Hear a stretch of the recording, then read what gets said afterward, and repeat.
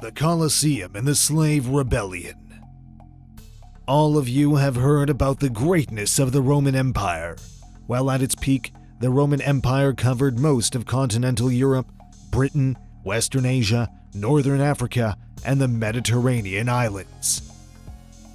Most of the Western civilization and the rules that govern Western politics and thinking have originated from the Roman code of conduct. The success of Rome was in their discipline and overwhelming military might. Nothing could stand before the forces of Rome, and their mention was enough to keep their enemies away. However, the problem with military might is that at one stage your power just isn't enough, and if your sole identity is based on military strength, then your legacy will be washed the moment your strength falters. But this wasn't a problem for the Romans. One of the most prominent attributes of the Romans was that they were revolutionary architects and engineers. They introduced the concept of roads and water supply ducts. Building beautiful and grand structures was a thing that the Romans excelled at. But nothing stands in comparison to the jewel of Roman architecture. The Colosseum stands as a testament to the ability and talent of Roman architects. Even today, it is a part of the 7 wonders of the world. In today's video, we are going to discuss how the Colosseum came to be and how it contributed to the slave rebellions. Before that, go ahead, like the video, and subscribe to the channel to get instant updates. The Colosseum. In 64 Common Era, Emperor Nero, this guy was a bad egg, built himself a home which he humbly nicknamed the Golden Palace. In this palace, he erected a statue of himself, which he called the Colossus of Nero. Thus the palace soon became to be known as the Colosseum. So to build the colossal palace, the land was snatched away from ordinary Rome, a move you know wasn't very popular. After his death, Rome cycled through a list of incompetent and weak rulers until 69 CE when Vespasian took control. He was a fair ruler and advocated for the Roman citizenry. Around 70 Common Era, he promised the public that he would build them an amphitheater that would hold gladiatorial tournaments, and so, in a symbolic move, the location of the arena was chosen to be Nero's Golden Palace. The funds and workforce for building the great structure came from the Roman conquest of Jerusalem. After 10 years of construction, Vespasian's son Titus finally inaugurated the Colosseum with a 100-day festival that featured all sorts of games in the arena. The most famous of those games were the gladiatorial contests, which pitted slaves and other prisoners against each other and lions. The competition was set to be a fight to the death. Only mercy from the emperor or overwhelming public support could save the losing gladiator. The Colosseum was built on top of a drained lake, which meant that the construction required drainage 26 feet underground so that the rivers and streams that flowed from nearby hills could be diverted. It also meant that the structure's foundations needed to be extra strong to prevent the entire thing from falling down. The dirt excavated to make space for the foundation was repurposed around the Colosseum, which made it rise 23 feet above ground level. However, today, the Colosseum has returned to ground level. I wish I could have seen the actual Colosseum then. What a sight it would have been. Blocks of travertine stones were used to build the Colosseum and were quarried in a place called Albulae. For the ease of transport, the Romans literally built a special road to make transportation easier. It is estimated that roughly 240,000 carts were used to transport the stone, and a total of 20 to 30,000 people were involved in the construction of its ginormous structure. Most of these workers were slaves. While the rest of the world was still playing with wood, the Romans had found innovative uses for concrete to make larger and sturdier structures. The vaults and arches of the Colosseum were made from concrete, which allowed the building to maintain an airy and open atmosphere while remaining structurally sound. The foundations were also made of concrete. The foundation was built in the shape of concentric circles that were moving inwards towards the arena. The lowest point of the foundation is 42 feet into the ground. It only gets shallower as you move inwards. The Romans melted down limestone and submerged the solution in water to make a putty which acted as a binding agent, making the structure firm. The Colosseum was designed to reflect the ideal ratio of 5:3. This meant that the arena would measure 280 by 168 Roman feet, and the width of the arena was equal to its height. There were 88 entrance arches, and each was kept to 20 Roman feet apart. The upper walls of the structure were made simultaneously with the lower parts, which meant that the project was successfully completed in 10 years. Now 10 years might sound like a great amount of time today, but if you factor in the lack of modern machinery, then the 10-year completion time is nothing short of a miracle. For the safety of the front row spectators, the seat was kept 7 feet above the floor of the arena, and a barricade was built which kept wild animals and frantic gladiators away. Like modern stadiums, the bottom seats were the best. They had ample space and were even decorated with carving and things like that, while the seats at the very top had tightly packed space and there was barely any legroom. Now, as you all know, the arena was a slaughterhouse, so cleaning up must have really been a task. If you thought yes, then you are wrong. The Romans were the first to introduce public bathrooms and had put a similar sewage line in the arena that connected it to the city's main sewer system. The engineers of the Colosseum had even built aqueducts that would provide fresh drinking water for the spectators. One of the greatest things about the Colosseum was that it could be filled with water, and you could see renditions of naval skirmishes. Initially, these skirmishes were quite popular, but soon spectators began to lose interest, and the base of the arena was changed from wood to solid marble. Another interesting feature of the Colosseum was the hypogeum. The hypogeum was a place under the Colosseum that was used for many different purposes. Tracks were placed in the wall of the hypogeum that would be used to transfer animal cages. Moreover, capstans were attached to the walls, and they were used to lift heavy animal cages from below to the arena floor. The hypogeum wasn't the most pleasant of places, as it got extremely humid and hot in summers and cold and damp in the winters. Every noise was amplified, and there wasn't even any proper ventilation. The final feature of the Colosseum was that it had a large cloth on its top called the vela. The vela could only be managed by sailors who were experts at their job, and it was considered a great honor to be able to manage the vela. So now you guys basically have a personalized plan on how to build your own amphitheater. If you ever get down to building one, my only request would be to tone down the murder a bit. Not everyone has the stomach to handle so much blood and gore. The Slave Rebellion. Now that we have talked about the Colosseum building, let's talk about how its gladiatorial competitions would go on to haunt Rome. It all started with the Roman war on the Germanic and other barbarian tribes. For this purpose, Romans used to conscript soldiers from surrounding areas. One of these warriors was Spartacus, a Thracian warrior. Initially, Spartacus fought alongside the Romans, but he discovered that his village was about to be attacked by the barbarians.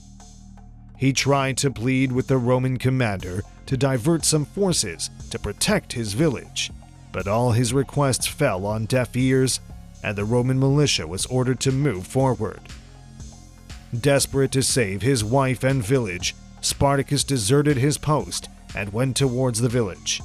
He was able to save his wife, but was too late to stop the barbarians from burning his village down. Before we move forward, you guys need to understand one thing about the Romans and how their military culture shaped their civilization, and they were really big on all their traditions and principles. One thing the Romans couldn't stand was desertion, so once Spartacus deserted his post, soldiers were sent out to retrieve him. To avoid capture, Spartacus and his wife started running towards the farthest reaches of the Roman Empire. However, the soldiers caught up, and the couple was divided and were sent to Rome to be sold as slaves. In the market, he was bought by Lentulus Batiatus, who took him to his gladiatorial school Eutus near Capua. Here he was trained to be a gladiator, and soon he became so skilled and strong that the name Spartacus would ring out in the arena. In 73 CE, in a bid for freedom, Spartacus and 70 other slaves and gladiators revolted and broke out of the training school in Capua. Initially, they used kitchen utensils to fight the household guard, but later were able to get into the armory and were able to arm themselves with proper weapons. After plundering the region surrounding Capua, the slaves retreated to the more defensible position of Mount Vesuvius. Here, Spartacus maintained himself as a captain of brigands and recruited Crixus and Onimus as his lieutenants. Both of them were gladiators and expert fighters. Initially, the Romans considered this revolt more of a policing matter rather than a war. The matter wasn't taken very seriously. Another issue was that most of the Roman legions were busy quashing a rebellion in Spain and the Third Mithridatic War. So in the start, only a force of 3,000 men could be dispatched to deal with the matter. The force was sent under the command of Claudius Glaber. The Romans blocked all roads leading towards the mountain and planned to starve out the slaves within. However, in a surprise move, the forces of Spartacus clambered down the side of the cliffs via ropes made of vines and attacked the Romans. Taken by surprise, most of the Roman soldiers were killed, setting the slaves up as a serious threat to the Roman Empire. When the praetor Publius Verinius took the field against them, he found them entrenched like a proper army rather than a disorganized crowd. Before the Romans could do anything, the rebels slipped away. When the Roman forces advanced, they found the camp deserted. From Campania, the rebels marched into Lucania, a region that had opposed Rome on several occasions. The most recent was the Social War. With the word of his victory spreading, more and more slaves and warriors started to join the slave army. Many of them were veterans from older wars. Lucania was better suited to guerrilla warfare, and when Verinius followed, he was defeated in several engagements and narrowly avoided being captured. The insurgent army reoccupied Campania, and with the defeat of Gaius Thranius, the quaestor of Verinius, the rebel army was able to control most of southern Italy. The cities of Nola and Nuceria were sacked, as were Thurii and Metapontum in Lucania. Finally, the slave rebellion was considered a major threat, and both consuls were dispatched against the rebels. At this time, Spartacus and his army numbered around 70,000 men. As Rome began to retaliate, an army of escaped Germanic slaves under Crixus was soundly beaten by the praetor Quintus Arrius at Mount Garganus in Apulia. But this victory did little to deter the rebellion, as Spartacus, with the main body of his army, was able to beat Consul Lentulus and then started pressing towards the Alps. Another army of 10,000 men, led by Gaius Cassius, the governor of the Cisalpine Gaul, and Gnaeus Menelaus, was defeated at Mutina. The rebels could almost taste freedom. Spartacus was not disillusioned by the strength or capability of his army, and knew that they stood no chance against a fully mobilized Rome. So to deliver a preemptive strike, Spartacus moved towards Rome itself, but later reconsidered and passed into Lucania. The hopes of the Romans now lay in the hands of Praetor Marcus Crassus, an extremely rich and powerful man in Rome. To restore order within his units, he carried out a decimation of the consular army that had assembled to fight Spartacus. 1 out of every 10 men was killed. The change in command didn't prove to be effective, as Spartacus defeated 2 legions under Crassus, Deputy Mummius, and then retreated towards the Strait of Messina. Spartacus planned on crossing to Sicily and reigniting the rebellions there, as the first 2 servile wars had been fought in Sicily. From there, he could also bolster his numbers, as Sicily had a lot of slaves. However, the pirates that had been paid to take the rebels across turned out to be unreliable, and now Spartacus and his men were trapped in Bruttium. Crassus wanted to end the war there and then, and so he besieged the entire toe of Italy by building impressive fortifications and a large ditch that stretched some 40 miles across the peninsula. With winter on them and no place to maneuver, Spartacus knew the situation was, so during a winter storm, the rebel army somehow managed to cross the Roman lines. Nature had once more given them the chance to escape, but now disunion gripped the rebel army. With the Romans in pursuit, a group of Gauls and Germans broke off to fight the pursuers. Crassus attacked and decimated his would-be opponents. By this time, the famous Roman general Pompey had also returned from Hispania. After crushing a rebellion there, he was tasked by the Senate to go and assist Crassus with the slave rebellion. Crassus became worried that the arrival of Pompey would mean that the entire credit of ending the rebellion would go to him. He was already a powerful man in the capital, and additional honor would increase his influence many-fold. Spartacus knew about the divisions between the Roman command, and he tried to make a deal with Crassus, but the terms presented were rejected. Spartacus took up a strong position in the mountainous country of Patilia and inflicted a severe defeat to the pursuing vanguard of the Romans.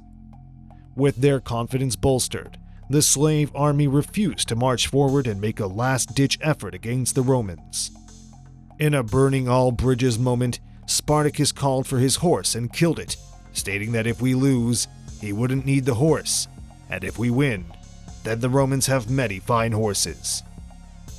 Crassus wanted to end the rebellion before Pompey's arrival, and thus ordered his forces to begin battle formations. A fight began. The slaves were no match for the might of the Roman forces, who during the middle were strengthened by the arrival of Pompey's forces.